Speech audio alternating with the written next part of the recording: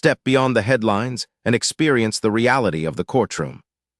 The material you are viewing is entirely unfiltered and unedited. This is raw, documented footage from the front lines of justice, bringing you face to face with the unyielding truth. You don't match the caller's description. Turn around. Officer, I live here. Am I being detained without reasonable suspicion? You're being detained until we figure out who you are. In my own building? That's unlawful. Everything you're doing is being recorded. The condo lobby glowed softly under recessed lights, marble floors reflecting the quiet of a weekday evening. The elevator doors slid open with a muted chime, releasing a man in a dark coat who moved with the ease of someone who belonged there. He adjusted the strap of his briefcase and headed toward the security desk keys already in his hand. "Police, sir, stop right there." The voice cut across the open space sharp enough to turn heads. Two officers stepped in from the glass entrance boots clicking against stone. One angled to block the exit. The other lifted a hand palm out, authority practiced and immediate. The man stopped. He kept his hands visible. "Is there a problem, officer?" "We got a call," the first officer said, eyes scanning him from shoes to collar. "Suspicious person in the lobby." "This is my building," the man replied calmly. The officer did not acknowledge the answer. "Do you have identification?" Residents near the mailboxes slowed. A woman with grocery bags paused. The security guard stiffened behind the desk, unsure whether to intervene. Cameras blinked red above the elevators. The man reached slowly into his jacket and produced his ID. The officer took it, glanced once, then looked back up without reading further. "What unit are you visiting?" the officer asked. "I live here." "Which unit?" The man named it. The officer nodded as if noting a discrepancy that did not exist. He handed the ID to his partner, who turned it over once and then handed it back. "Sir, step away from the desk," the first officer said. "Why?" "So we can talk." They moved him a few steps toward the center of the lobby, away from the cameras near the desk, closer to the elevators where sound echoed and attention gathered. The officer's hand hovered near his belt. Not drawing, just reminding. "You don't look like the resident we're looking for," the officer said. The sentence hung there unguarded. The man took a breath. "Officer, I am a resident. I have complied with your request." A phone lifted near the mailboxes. Another resident whispered to someone on speaker. The security guard cleared his throat and then went still when the officer glanced his way. "Turn around," the officer said. "On what grounds?" the man asked. The officer stepped closer. "Don't make this harder than it needs to be." Metal came out, cold and final. The sound of cuffs echoed across marble, louder than it should have been. Conversation stopped. The elevator chimed again and no one stepped out.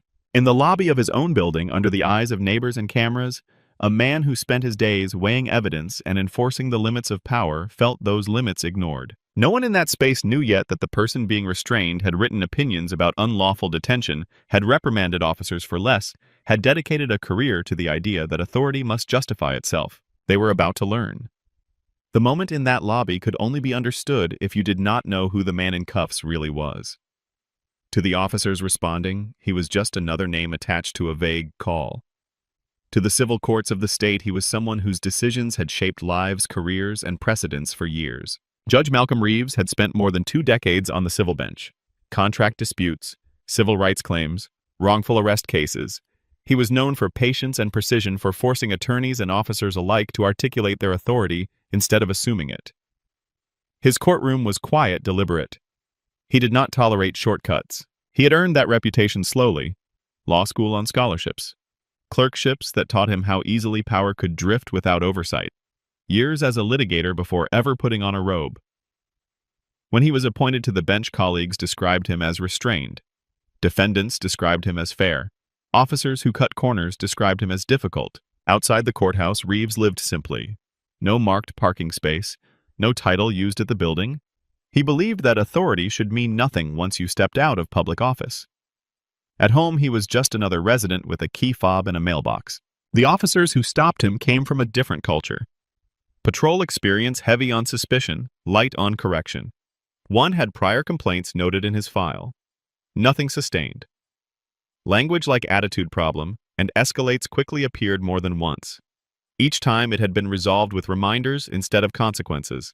The call that brought them to the condo lobby was thin. Suspicious mail. No crime reported. No forced entry. Just a feeling passed from a resident to dispatch translated into urgency without verification. Standing cuffed on marble floors, Reeves recognized the pattern immediately. Assumption first. Authority second. Justification later. He had written opinions about this exact sequence about how unlawful detention often began with certainty instead of questions. He did not identify himself. Not yet. He understood the value of the moment as it was. How a system treated someone it believed was ordinary. How quickly rights narrowed when no one thought they were watching closely. Around him, residents whispered. The security guard stared at the floor. Cameras continued recording from above, impartial and patient. Reeves focused on staying still, on breathing evenly, on letting the process expose itself. He knew that once the truth surfaced, it would not soften what had already happened. It would sharpen it. Because when authority fails at the threshold of someone's home, the failure does not disappear when a title is revealed. It becomes evidence. The lobby no longer felt like a shared space. It felt staged. The officers positioned Judge Reeves slightly away from the elevators, now backs to the cameras near the desk, facing the glass wall, where reflections distorted faces. One officer stood close, too close, filling the space with uniform and breath. "Why are you really here tonight?" the officer asked. "I came home," Reeves replied calmly. That answer irritated him. "Your story isn't matching the call. What part doesn't match?" The officer ignored the question. He spoke into his radio instead, voice clipped, deliberate. "Subject is being uncooperative." Reeves felt the familiar tightening in his chest. Not fear, but recognition. The language, the framing. He had heard it 100 times from the bench officers shaping reports before facts were settled. A resident stepped closer. Grocery bags hanging forgotten at her side. "I've seen him here before," she said softly. The officer snapped his head toward her. "Ma'am, please step back." She hesitated, then retreated, eyes wide, phone already raised. The security guard cleared his throat. "Officers, he lives here. He's on the registry." The first officer did not look at him. He waved a hand without turning. "We'll handle it." Reeves shifted his weight slightly. The cuffs tugged. He winced once, then steadied himself. "I have complied with every request," he said evenly. "Am I being detained?" The officer leaned in. "You are until we figure out who you are." That sentence did not belong in a lobby. It belonged in a courtroom transcript. More residents had stopped now. A couple near the mailboxes whispered urgently. Someone pressed the elevator button and then decided not to leave. Phones were no longer hidden. The second officer paced, once scanning faces, then returned to Reeves. "You don't need to make this complicated. Just tell us why you're here." "This is my residence," Reeves said again. The repetition seemed to confirm something for them, not correct it. The first officer shook his head slightly, as if disappointed. "People who belong don't usually argue," he said. The words landed hard, unguarded, audible to everyone in the space. Reeves closed his eyes briefly, then opened them. He focused on the sound of the cameras, the echo of footsteps, the way the lobby carried every word upward. He knew escalation when he saw it. He also knew restraint. A new voice cut in from the entrance, another unit arriving. The glass doors slid open. Boots crossed marble. A third officer stepped in, older, eyes moving slower, taking in the scene before speaking. "What's going on?" "Suspicious person," the first officer replied quickly, refusing to explain his presence. The new officer looked at Reeves, at the cuffs, at the building directory behind him. "Sir," he said calmly, "can you tell me what's happening from your perspective?" Reeves met his eyes. "I was detained in my own building without cause." The officer nodded once, then looked back at his partners. What was the initial basis for the stop? Silence filled the lobby, not empty, heavy. Reeves felt the moment tip. More eyes, more witnesses. More room now for the truth to surface or for the mistake to harden beyond repair. This was the edge, where correction still existed as an option. What happened next would decide everything. The choice was made without urgency, which made it worse. The first officer stepped slightly in front of the older one, reclaiming control through position alone. "We are detaining him until we verify identity," he said, voice firm, rehearsed. Judge Reeves felt the cuffs tighten as he was turned a few degrees more toward the center of the lobby. Not aggressive, not rushed, just enough to remove any remaining illusion of consent. "This is not lawful," Reeves said calmly. "You have no reasonable suspicion of a crime." The officer ignored the statement entirely. He spoke instead to his partner, closer now to the cameras than before. "Run him again." The security guard took a step forward, hands raised slightly.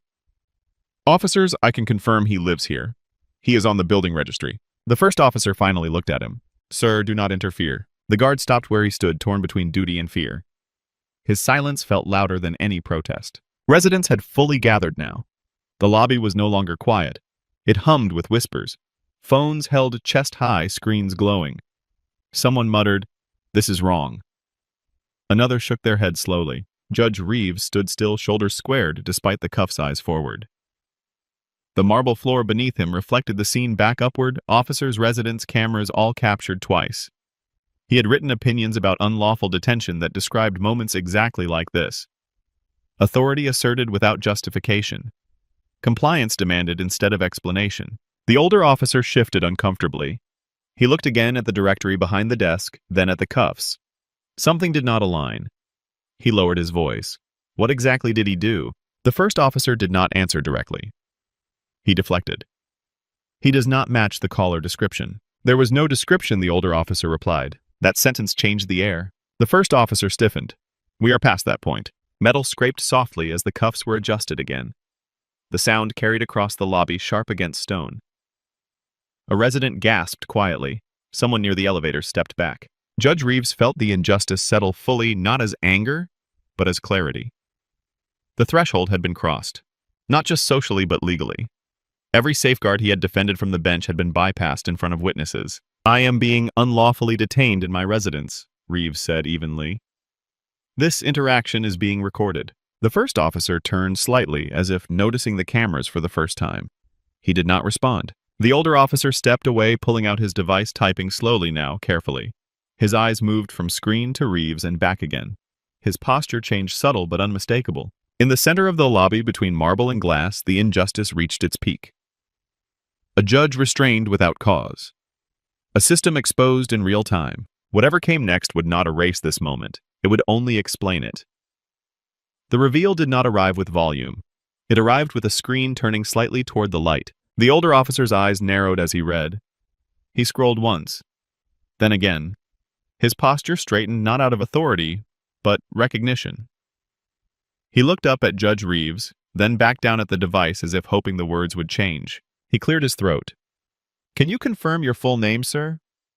Malcolm Reeves. The officer typed it again, slower this time. The device chirped softly. He stopped scrolling. The lobby seemed to hold its breath. The older officer turned the screen away from his body so the other officers could see. The glow reflected faintly off their faces. Titles appeared where suspicion had been. Court designation, appointment date, jurisdiction, civil court judge. The first officer's confidence drained in stages. First confusion, then disbelief, then a sharp defensive shake of the head. That doesn't matter, he said quickly. We didn't know who he was. The older officer did not look at him. It matters completely. He stepped closer to Judge Reeves. Sir, I apologize. You should not have been detained. The words rippled through the lobby. A resident near the mailboxes gasped openly. Someone whispered, Judge. Phones tilted higher. The security guard finally exhaled, shoulders dropping. Remove the cuffs, the older officer said. The first officer hesitated, hands still near the metal, caught between pride and inevitability. He looked around at the cameras. The residents, the directory, the screen that no longer supported him. Now the older officer repeated. The cuffs opened with a soft click that sounded louder than the first. Judge Reeves rolled his wrist, slowly restoring circulation, his expression unchanged. No relief, no satisfaction, just focus. I am a sitting civil judge, Reeves said calmly. I live in this building. Everything that just happened is on camera. No one contradicted him. The first officer swallowed. I didn't know. Reeves met his eyes. That was never the standard. The sentence landed heavier than any raised voice could have. The older officer stepped back, speaking into his radio now. Supervisor requested to location. Immediate. Residents murmured openly now. The lobby buzzed with energy that could not be pushed back into silence. The security guard retrieved the incident log from under the desk, hands steady now, deliberate. Judge Reeves glanced once at the elevators, then at the front doors, then back at the officers. You detained me without reasonable suspicion, he said evenly. In my residence, that is a violation. The older officer nodded. Yes, sir. The reveal had not changed what happened. It had clarified it, stripped away every excuse that had been leaning on uncertainty. What remained was a record that could not be undone. And everyone in that lobby understood the same thing at once. This was no longer an embarrassment. It was a case. The consequences did not unfold quietly, even though no one raised their voice that night. Within minutes, supervisors arrived. Then command staff. The lobby was cleared slowly. Residents ushered back to elevators and hallways, phones still warm in their hands. Security footage was locked.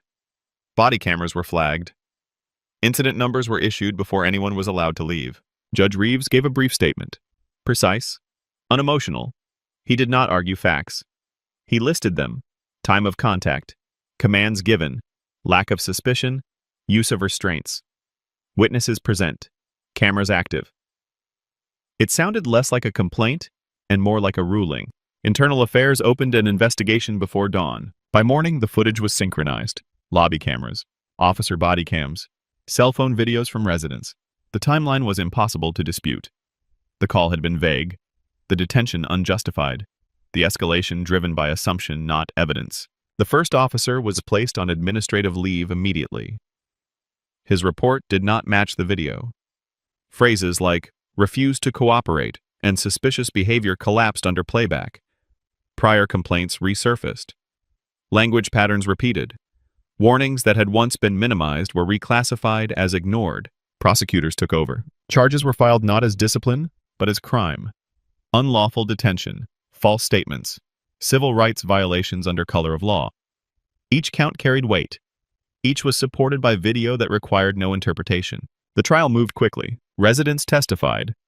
The security guard testified. Experts testified about constitutional limits in residential common areas. The footage played again and again. The sound of cuffs in a marble lobby became a refrain no one could escape. The verdict came back guilty: 16 years. The sentence was read without drama. A career erased. Pension forfeited. Certification revoked. The badge that had once been used to command space was boxed and cataloged as evidence. The department issued statements about reform. Lobby encounter protocols were rewritten. Mandatory verification steps added. Training expanded. None of it softened the outcome for the man who had chosen escalation over restraint. Judge Reeves did not celebrate. He returned to the bench weeks later and recused himself from any related cases. He issued no public commentary beyond a single written statement about the rule of law applying equally to everyone, especially those empowered to enforce it. Justice did not arrive as vengeance.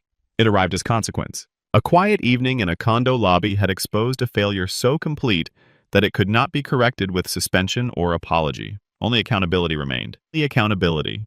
And accountability, once recorded, does not look away.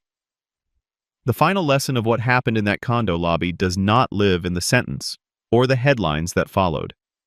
It lives in the moment authority chose assumption over verification, and how unforgiving the law becomes when that choice is exposed. In legal reality, a residential lobby is not a free hunting ground for suspicion.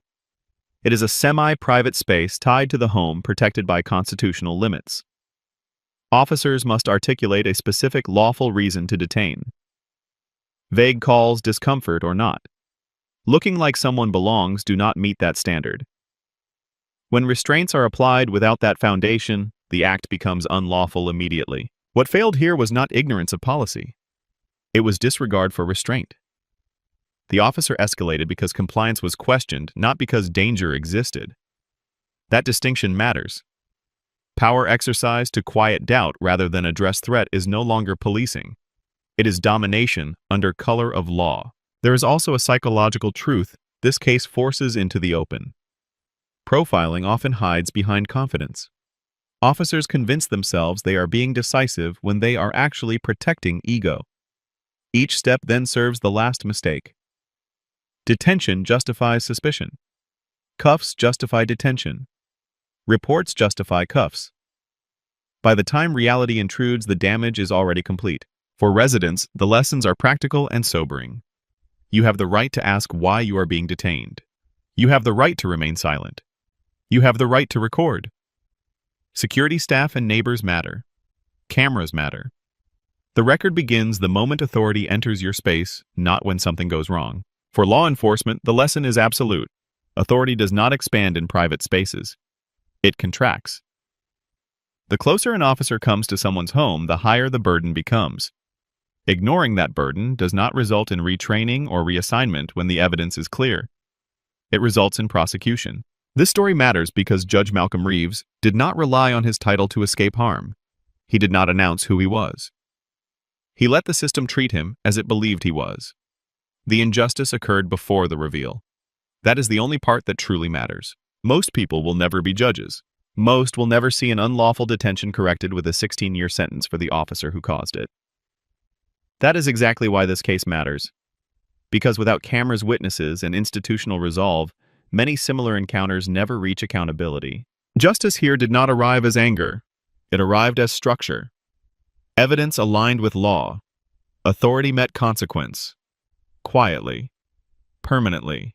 The final question is not whether the punishment was severe. The question is how many lobbies, hallways, and thresholds become places of violation when assumption is allowed to outrun restraint. Because in spaces tied to home, the law is not flexible.